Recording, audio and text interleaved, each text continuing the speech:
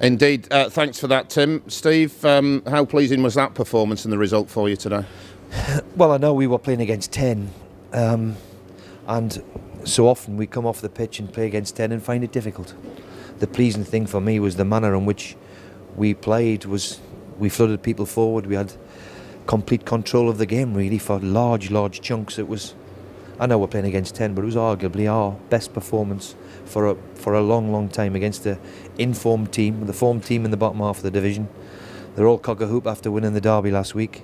Of course, we'll give a big helping hand. There's no denying that. But overall, we looked a very good team today. Hey, we've all seen teams with 11 men against 10 men struggle, Steve. Well, we did it for large periods against Norwich, didn't we? And against West Ham, Norwich in particular. But yeah, you set your stall out. I think, they went and played Johnson, the informed player, off the front and leave them exposed in a wide area.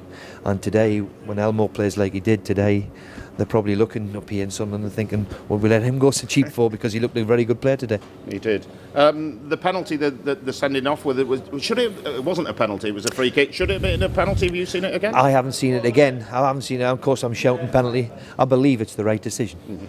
And there's no denying that it's a straight red card.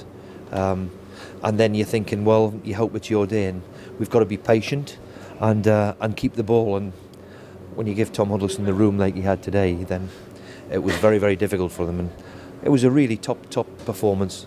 We understand we're against 10 men, so we needed it away from home. We've been asking, and thankfully we've seen a good performance. What about your two strikers? That's a return on that January investment, isn't it? Tell us about. Well, as I've said today, the whole credit has got to go to the people who employ us and who run the club.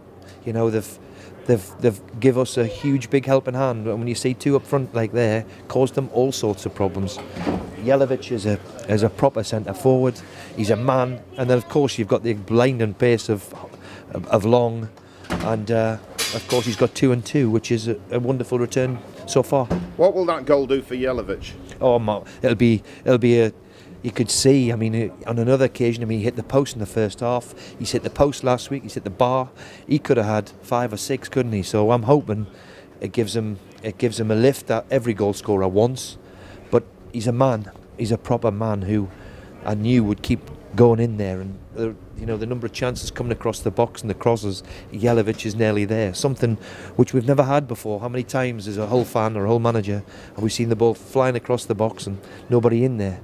Jelavic will be in there because he wants to score. The other bonus is you got another goal scorer on the park in Aluko coming back. He looked bright as when he came. What did you make of him? Well, it suits him when the game. Listen, we've all seen Sione Aluko. We just need to stay fit. He doesn't have to prove anything to anybody who's seen him play. He's just such a natural footballer, isn't he? And let's hope he stays injury-free, Burnsy. And if we've got him and Brady bobbling along, then.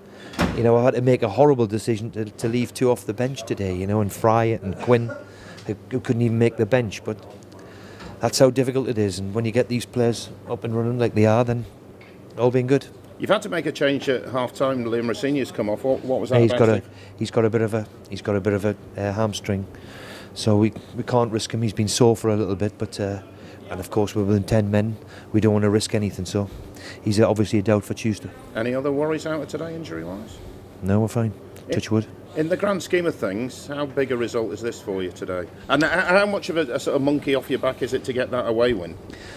Well, we were aware that, away form, even though I kept saying, disappointments were Crystal Palace and Norwich. We didn't pick anything up.